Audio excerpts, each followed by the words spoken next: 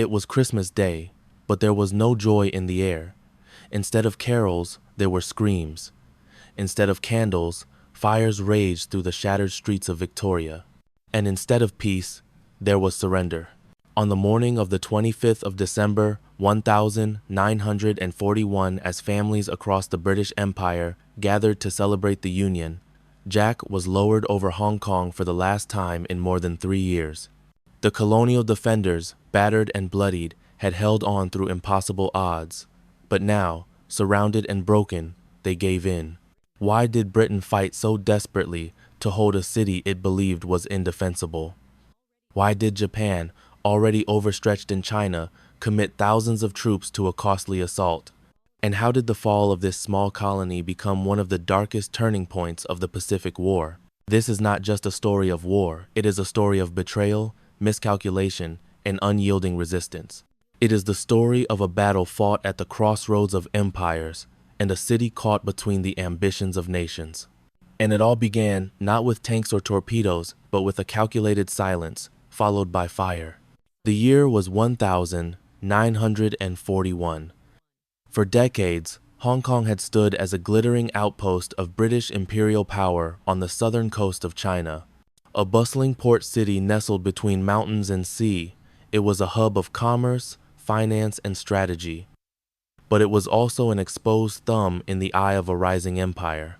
Japan, having invaded Manchuria in 1931 and plunged into full-scale war with China in 1937, was now seeking to dominate the entire Pacific.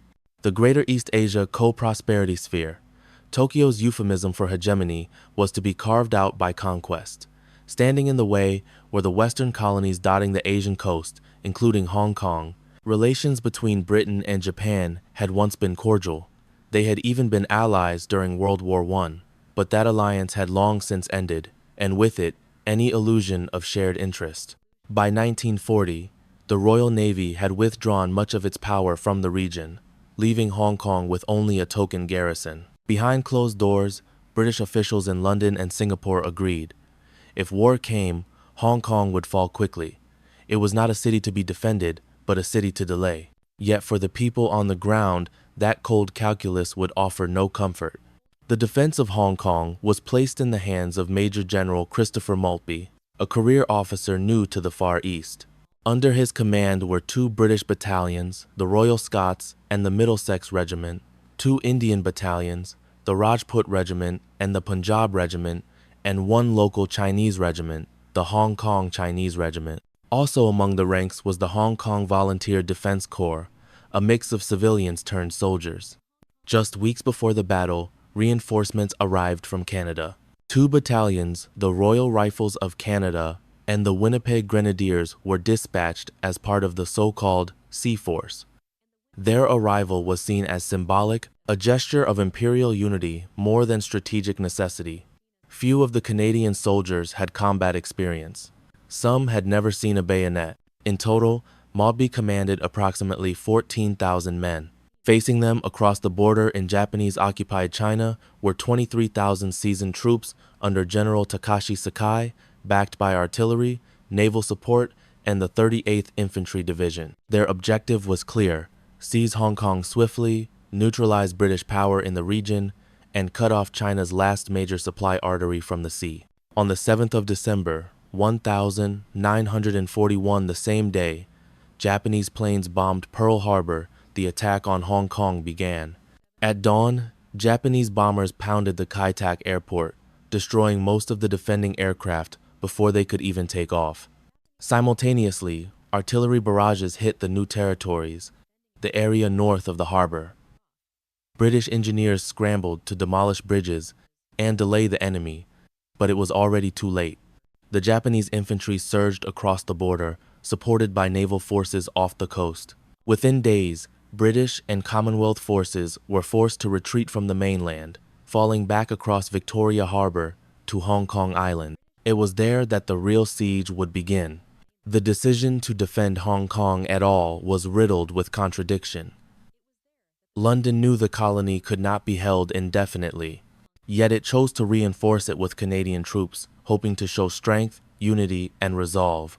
In reality, the move only ensured that more soldiers would be captured or killed in what was already seen by many officers as a doomed defense. From the Japanese perspective, Hong Kong held more than symbolic value. By taking the colony, Tokyo would tighten the noose around Chiang Kai-shek's China. Allied aid which flowed through the port would be severed. Strategically, it was also a warning shot to the Western powers. Japan could and would dismantle their empires in Asia, but the Japanese plan, ambitious and tightly timed, relied on rapid victory. Every day of resistance drained their resources. Every hour spent in the hills and concrete bunkers of Hong Kong was an hour not spent advancing further into Southeast Asia. The defenders, outnumbered and outgunned, turned every hillside into a fortress. At places like the Gin Drinkers Line, a fortified position on the mainland, and later on Mount Butler and Wong Nai Chung Gap, Commonwealth forces fought tooth and nail, delaying the inevitable with grit and sheer defiance. One of the most pivotal moments came in mid-December, when the Japanese launched a full-scale amphibious assault across the harbor. Under cover of darkness and smokescreen, they landed on the north shore of Hong Kong Island. Canadian and Indian troops resisted fiercely, but the weight of the Japanese advance broke their lines. What followed was brutal, intimate warfare, house-to-house fighting, bayonet charges, grenades in the stairwells of apartment blocks. Civilians were caught in the crossfire. Hospitals were shelled. At St. Stephen's College, wounded soldiers and doctors were massacred after the Japanese broke through. As the Japanese closed in on Victoria, the administrative and economic heart of the colony, Major General Maltby considered his options: continue the fight or surrender. On Christmas morning, 1941, with water supplies cut, ammunition nearly gone, and the city burning, he made his choice. He surrendered. Black Christmas. The fall of Hong Kong was not merely a military defeat, it was a profound psychological rupture. For the British Empire, it marked one of the first tangible and humiliating cracks in its Pacific dominion. Until that moment, imperial prestige had masked the vulnerability of far-flung colonial outposts. But with the lowering of the Union Jack, that illusion vanished. The Japanese would occupy Hong Kong for 3 years and 8 months. During that time, the city suffered immensely. Almost immediately, the Japanese military government launched a campaign of terror. Thousands of civilians were summarily executed or tortured. Hospitals were raided, nuns raped, and wounded prisoners of war bayoneted in their beds. Hong Kong's population, which had swelled with Chinese refugees before the invasion, plummeted from over 1.6 million to under 600,000 as people were deported or fled starvation. Food was rationed, currency devalued. Hyperinflation gripped the city. Ethnic Chinese residents, long regarded by British authorities as second class, now faced the brunt of Japanese brutality. The myth of the benevolent Greater East Asia co-prosperity sphere collapsed under the weight of its own cruelty. Yet amid the horror, resistance continued. A small but determined network of guerrillas, mostly Chinese partisans and former British soldiers who had escaped capture, waged sabotage operations from the hills. Their numbers were few, their resources limited, but their defiance kept alive a spark of hope. For Canada, the battle was a sobering lesson. Of the nearly 2,000 men sent to Hong Kong, over 550 were killed.